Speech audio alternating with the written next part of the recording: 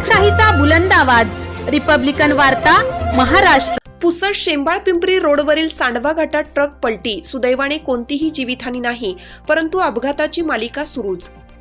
यवतमाळच्या पुसद शेंबाळपिंपरी रोडवरील सांडवा घाटात ट्रक पलटी झाल्याने एक प्रकारे अपघातांच्या घटनांची मालिका वारंवार घडत असल्याने हे अपघात प्रवणस्थळ अपघाताचं केंद्रबिंदू झाले।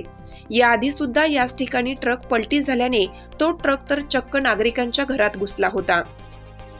त्याच घटनेची पुनरावृत्ती झाल्याने दिनांक 26 डिसेंबर 2023 रोजी सकाळी 5 वाजण्याच्या सुमारास सांडवा घाटात परत एक ट्रक पलटी झाल्याची घटना घडली।